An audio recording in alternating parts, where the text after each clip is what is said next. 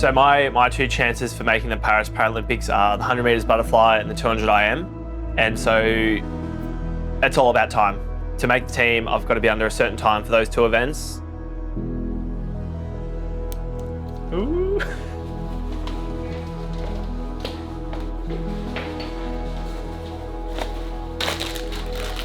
Oh, I'm shaking, fuck. The 200 IM is 2:16.58 and the 100 fly is 57.44. So those two numbers have got to be under on race day. If not, I'm done for.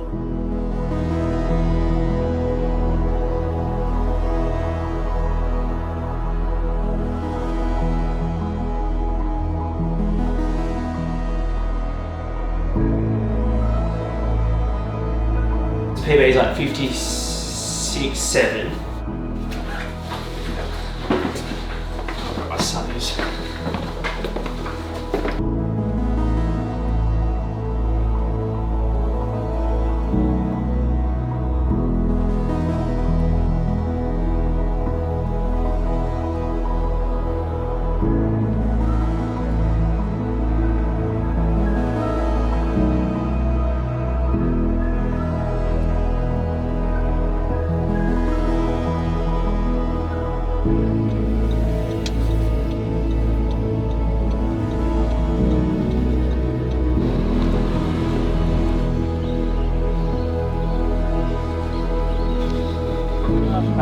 Later.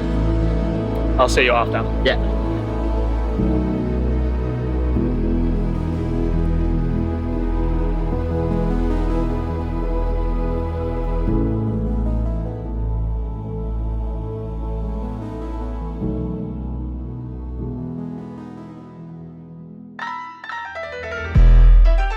Hey Gino, you going dumb.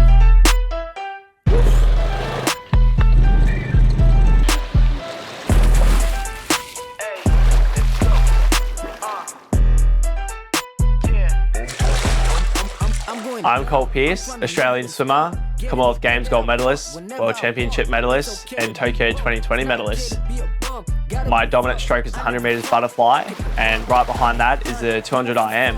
Born in the country town of Echuca, more precisely in the area of Bamawm Extension. Grew up on a dairy farm, born and raised. Moved to the big city at 14 to pursue my swimming career. And I'm striving to go to the 2024 Paris Paralympics. Do I say that? Yeah. June is when the Olympic and Paralympic trials are on. That's when I need to hit the qualifying time for the 200 IM and the 100 fly. I'm just glad to be alive another day under the sun. You can die young where I'm from. You can get lost where I'm from. I have my ticket. Now he needs to do his job. I've got accommodation in Paris. I've got tickets in Paris. My life currently is swimming. There's no travel, there's no massive parties. I don't want to walk away from my career being like, I wish I could have worked harder. I'm trying to live it and stunt. Get anything that I want, whenever I want. It's okay to be broke, it's not okay to be a bum. When I was a little kid, when I first met Ali Cole, I saw her 5 Paralympic London 2012 gold medals. And I was like, that's pretty cool. She's who inspired me to go to the Paralympics and be a swimmer. And she comes from the country. She's a lovely person.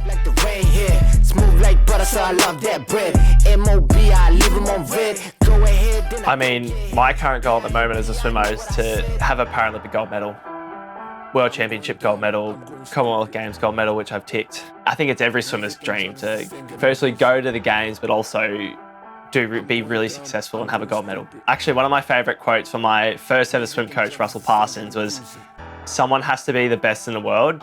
Why can't it be you?" It's okay to be broke, it's not okay to be a bum. Gotta move up, I never front, I keep it 100. Do it for fun, man, I do it for fun.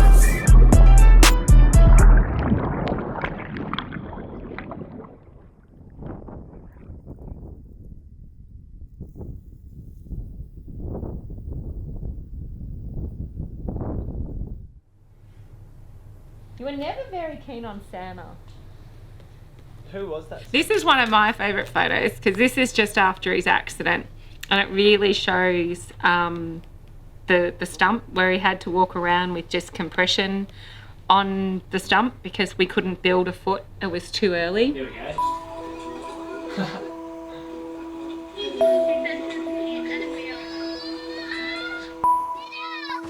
I lost my foot at the age of 2 to a lawnmower, so I have no idea what it's like to have 2 feet. 8 weeks since our operation. Since we lost our foot. And look, there it is. It's all gone.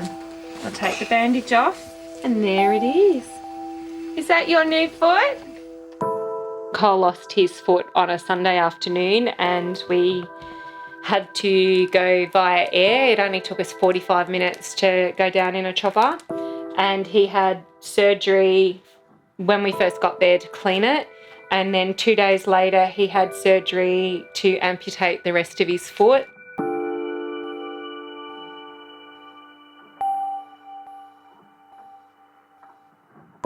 It took a lot to get him to adjust to his foot when he come home. He didn't like looking at it.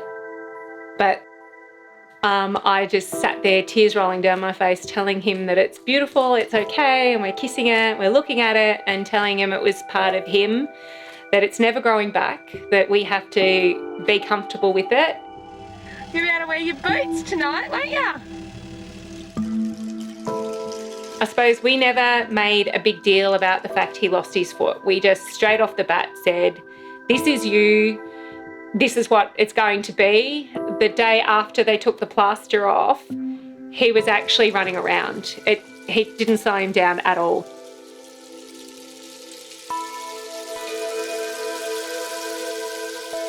The family and everyone around me is the number one important thing with my disability because I have no idea what it's like with 2 feet. They knew Cole with 2 feet and 1 foot, and they've been great. I was the youngest of 4, so I was always picked on. I was always yelled at by mum and dad for the same reasons as everyone else did. And even going to school, all the kids at school, because I was comfortable with it and I had my family treat me as a normal kid, I was a normal kid, and it made it easier for everyone to understand. Back when we were, I would have been young, like maybe like prep-ish. I don't even And he used to take his leg off, and obviously I'd never seen anything like it. And he used to be able to like make it like jiggle, like twitch. like how you twitch your toes, I twitch my stomach. Yeah, and it was like, that was probably the first thing I remember. I used to go home and tell mum, I was like, there's this bloke and he's like missing a foot. And then she's like, yeah, like it's a Pearse. You used to kick with it. No. I've never seen Cole as any different to like me or you or like anyone.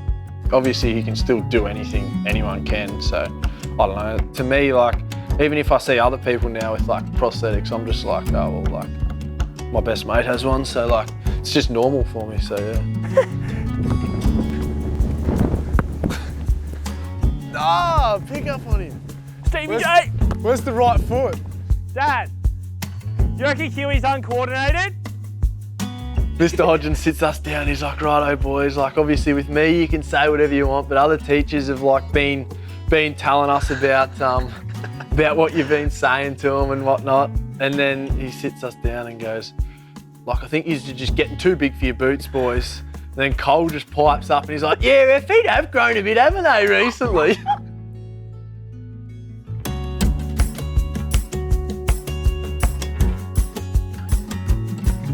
For me, I don't look at myself as a para swimmer. I look at myself as a swimmer who just has 1 foot.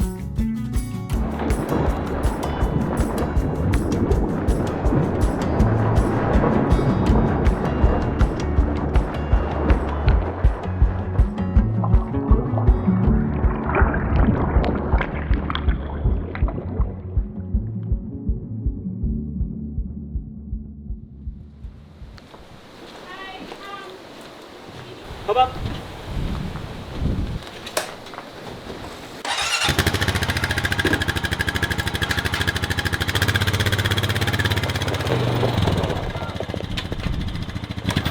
I am not getting done by work sake because you haven't got a helmet on. That's very true.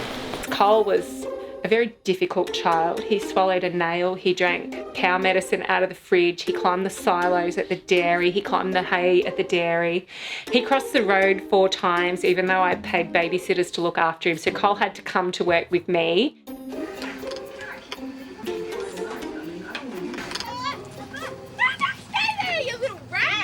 So swimming probably, I think, basically saved his life. When it comes back to, would Col be the person he is today without swimming? No, he wouldn't. So when he swam for the next couple of days, you could actually put up with him.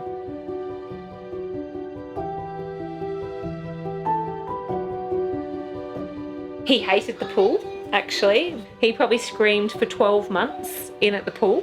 As soon as he discovered that he actually wasn't going to be allowed to not swim and that he actually loved the water, that's where it was really picked up that he was competitive, because he needed to beat the other kids and be better than the other kids right from about 3, 4. I should have known back then that he'd go on and do amazing things. He's always been in a hurry to do everything. It's probably half the reason I swim, I guess.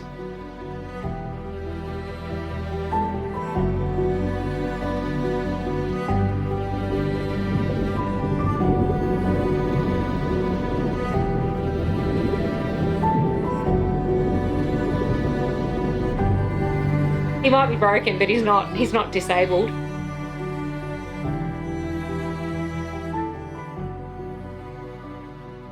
Geez, this brings back some memories.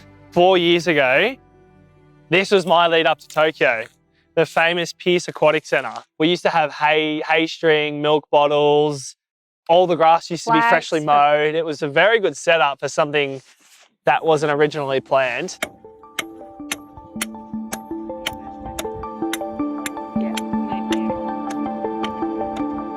When people ask, you know, what medal means the most to you, what was probably like the one standout in your career, for me, it was the whole 2-3 year period during COVID. All I could think about was pretty much lockdown, training in the dam, stressing about my VCE, year 11, year 12, and making sure I'm actually training hard enough and enjoying swimming in such a tough time. And finally, from Q Swim Club in Victoria, Col. Although Col due to COVID restrictions placed on Victoria, he achieved qualifying time at the Australian Multi-Class Championships. Congratulations to you. My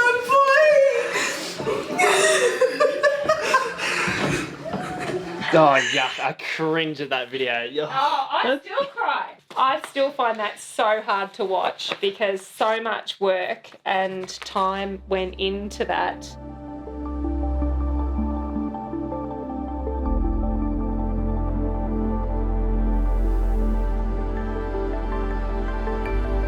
Bronze in Tokyo was special. I was only 18 at the time, so my thought process was the whole enjoy it. The hard part of that whole journey was over, and I got to enjoy and, I guess, sit there and think about the rewards that I've achieved and all the hard work I put in.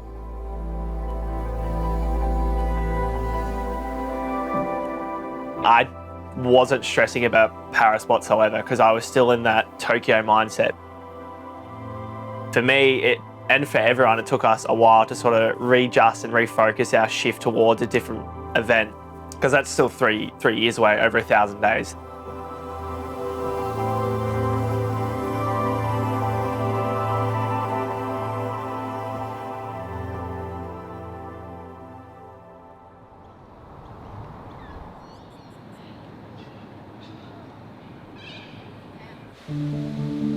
The key milestones are pretty simple to make the Paralympics. It's World Championships the year before, 8-10 months of intense training, trials, and then that's it.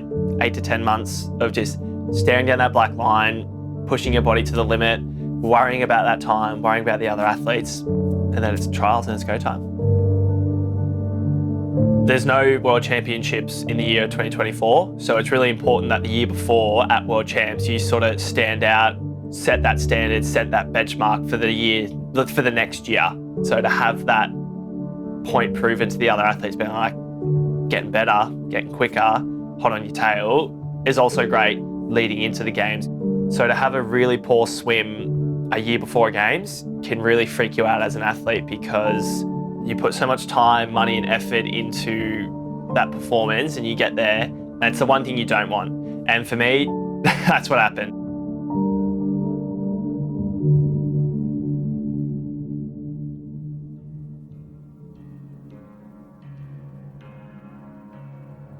think as an athlete, when you train so hard and you do certain times in training and it doesn't sometimes always come together at the benchmark event, it's hard, it's tough, it's frustrating.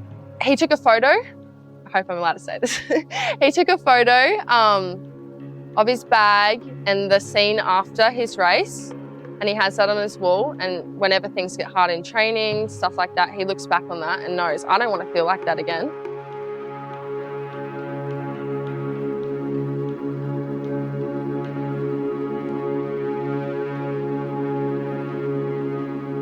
There was a new athlete come on the international stage and he whooped me. I got whooped by the Italian, like by an embarrassing amount too. After swimming half a second over my PB and 100 fly, I remember just getting out of the pool and just, so I was mad. I was pissed after that race.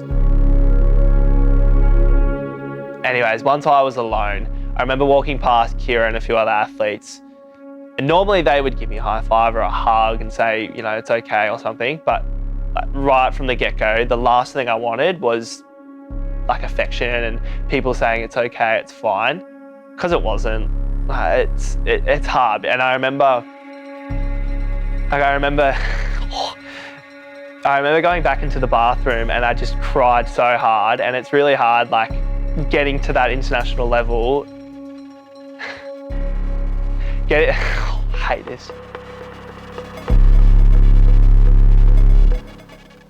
Leading into it, training wasn't 100%, had a few niggles in my back. There are other problems in my personal life that was happening at the time, which sort of affected my preparation leading into World Champs. But I think the number one thing for me, what went wrong, was I just panicked.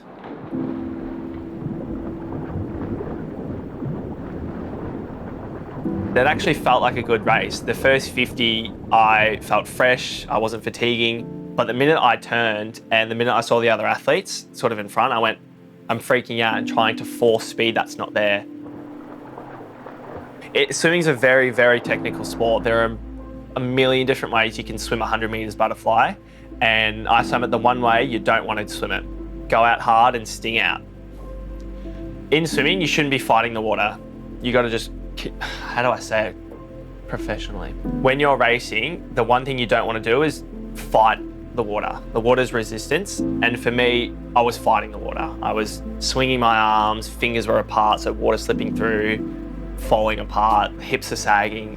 There's a million things that went wrong, but in one big scale, I freaked out.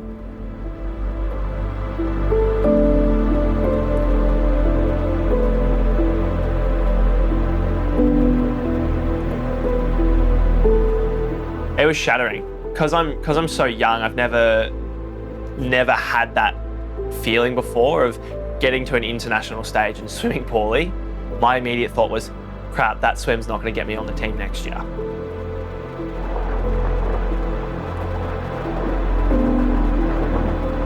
Look, it was a very, very average World Championships, and it's an event that I never want to think about, talk about, or perform like ever again. I don't care what anyone says, like they'll be like, oh, I'll be grateful for bronze and silver. Don't get me wrong, I am. I work so hard for what I have, and so have my friends and family. But if we're looking at it on a bigger scale, unless it's gold, it's failure.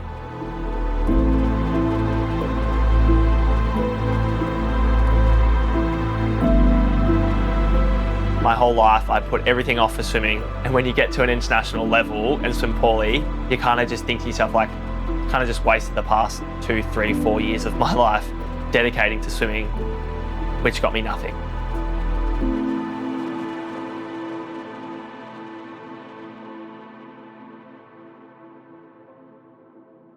Then as we're lining up to lane 1, etc., lane 2, etc., lane 6, Col Pearse, I could feel my hands get numb, and I'm like, oh, this is probably just some like excitement, nerves, pour some water on it, maybe that'll get some feeling back.